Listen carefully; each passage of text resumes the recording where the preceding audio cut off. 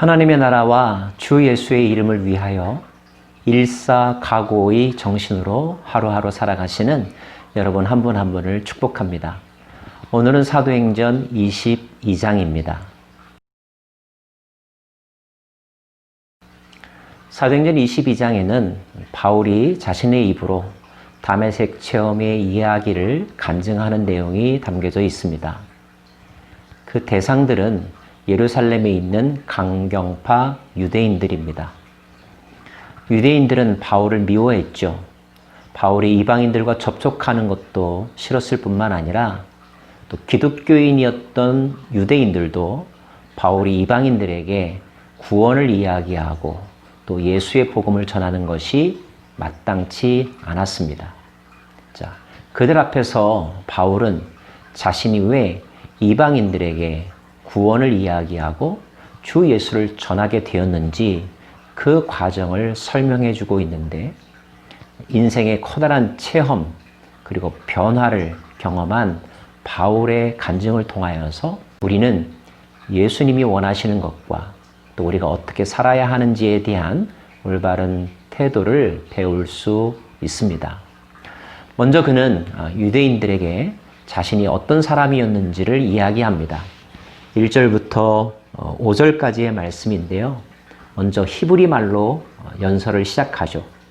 자기는 길리기아 다소에서 태어났으며 어렸을 적에 예루살렘에 와서 가말리엘의 문화생으로 율법 공부를 하였다는 것, 예루살렘의 종교 지도자들에게 인정을 받았고 또 그들의 일에 앞장서서 예수 믿는 자들을 잡아가두기 위하여 하나님에 대한 열심을 가지고 최선을 다해 살아왔다는 것, 이 부분을 먼저 설명합니다. 아마도 이것은 자신도 지금 그 앞에 서 있는 유대주의자들과 똑같은 삶을 살아왔었고, 그래서 충분히 그 입장을 이해한다라고 하는 메시지도 담겨 있는 것으로 보입니다.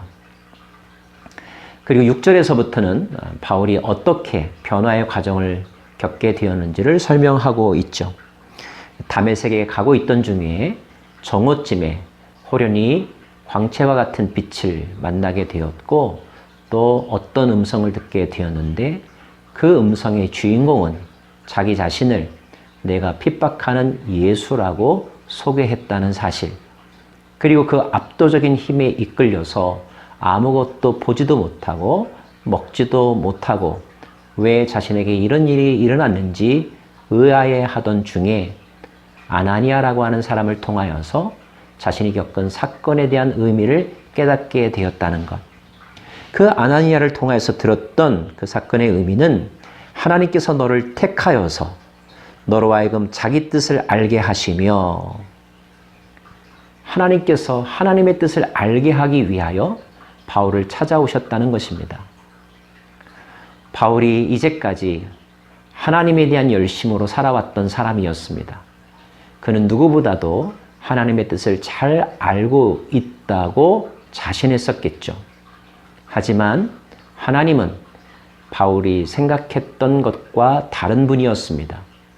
바울이 미처 생각하지 못했던 것을 하나님은 그에게 가르쳐주기 위하여 그의 인생에 개입하시고 그의 삶을 바꾸신 것입니다. 사랑하는 여러분, 아마 이 방송을 보고 있는 여러분들은 이미 오랜 기간 동안 신앙생활을 하신 분들일 터이고, 또 나름대로 바울처럼 하나님에 대한 열심이 특심하신 분들이실 것입니다. 그럼에도 불구하고 오늘 바울에게 하신 하나님의 말씀은 우리 자신의 신앙생활을 한번 돌이켜보는 중요한 계기가 될 수 있습니다. 나는 정말 하나님의 뜻을 바로 알고 열심을 내고 있는가? 혹시 나의 그 열심이 하나님을 더욱더 힘들게 만들고 있는 것은 아닌가 하는 질문입니다.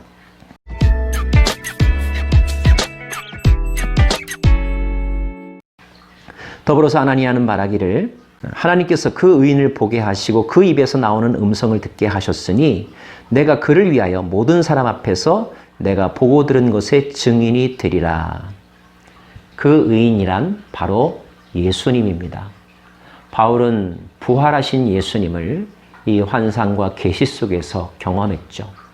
그 예수님이 어떤 분인지를 알게 하시고 음성을 듣게 하시고 많은 사람 앞에 그 증인이 되게 하기 위해서 다메섹에서의 그 엄청난 사건을 체험하게 하셨다는 것입니다. 정말 이 체험은 엄청난 결과를 가져왔죠. 바울의 가치관과 인생의 방향과 그의 인간관계와 또 생각과 고백을 완전히 바꿔버렸으니까요. 그는 예수의 이름으로 세례를 받았고 죄사함의 은총을 누렸고 이제 예수의 사람으로 살게 되었습니다. 한 가지 설명하고자 했던 것은 그 다음에 나오는데요. 예수의 사람으로 산다면 왜 하필이면 이방인들에게 그러한 일을 하느냐 하는 것일 것입니다. 이 부분에 대한 답변이 될 수도 있는 17절부터의 말씀인데요. 후에 내가 예루살렘으로 돌아와서, 이것은 다메섹에서의 3년의 기간을 마치고 예루살렘에 돌아왔던 것을 의미한다고 봅니다. 예루살렘에 돌아온 것은 예루살렘 사람들에게 자신의 경험과 또 자신이 체험한 예수 복음을 전하기 위해서였겠죠. 그런데 그 예루살렘에서 바울이 또 다른 환상을 보았는데 그 환상과 계시의 말씀은 속히 예루살렘을 떠나라는 것이었습니다. 그 이유는 이 땅의 이 성의 사람들이 너가 내게 대하여 증언하는 말을 듣지 아니할 것이라는 주님의 음성 때문이었다는 거죠. 실제로 예루살렘의 사람들은 예수를 여전히 받아들이지 않았고 바울이 전한 그 복음을 받아들이지 않았었습니다. 결국 주님의 음성은 내가 너를 멀리 이방인에게로 보내리라 말씀하셨다는 것이고 바울은 그 주님의 말씀에 순종하여 예루살렘을 떠나 다소에서 안디옥으로 그리고 아시아로 유럽으로 복음 전하는 삶을 살게 되었었노라고 말하고 있는 것입니다. 이 간증 체험담을 통하여서 바울은 나도 당신들과 똑같은 생각을 가진 사람이었지만 하나님께서 보내신 예수, 하나님이신 예수님의 음성을 듣고 하나님의 뜻을 새롭게 알게 되었다. 그리고 그 하나님의 뜻에 순복하여 나는 이방인들에게로 간 것이다 라고 설명하고 있는 것입니다. 이 설명에 대한 유대인들의 반응은 어떠했나요? 유대인들은 오히려 더 흥분했습니다. 분노했습니다. 그래서 바울에 대한 공격적인 태도를 멈추지 않았죠. 그들은 바울이 고백한 하나님의 뜻을 자신들이 기존에 알고 있던 생각에 비추어서 받아들이지 못했습니다. 그들은 여전히 자신의 경험으로 하나님을 가두었고 자신들의 가치 판단으로 하나님의 뜻을 단정했던 것이죠.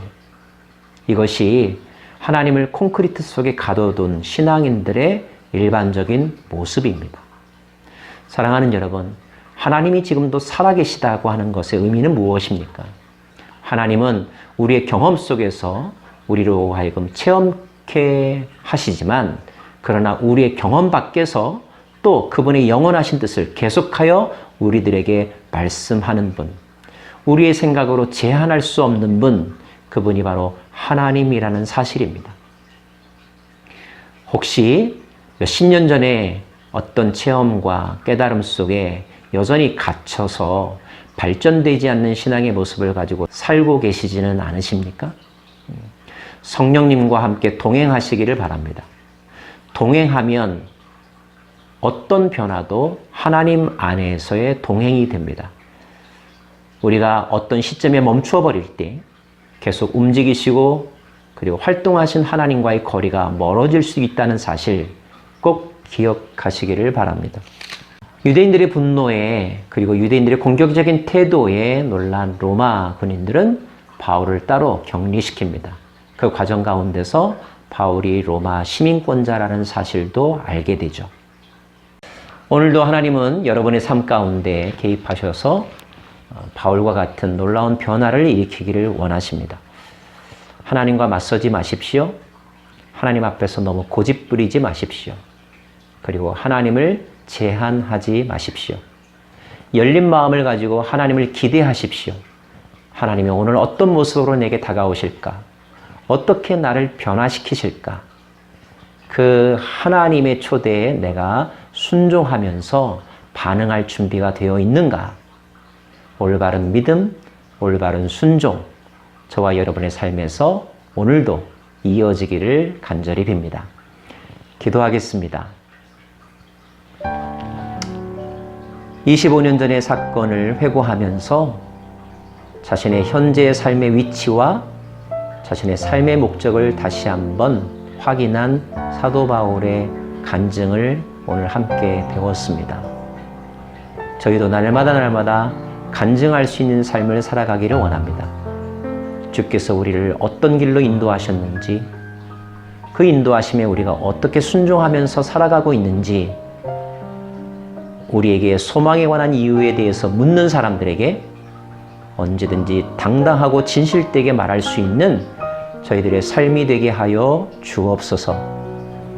예수님 이름으로 기도합니다. 아멘.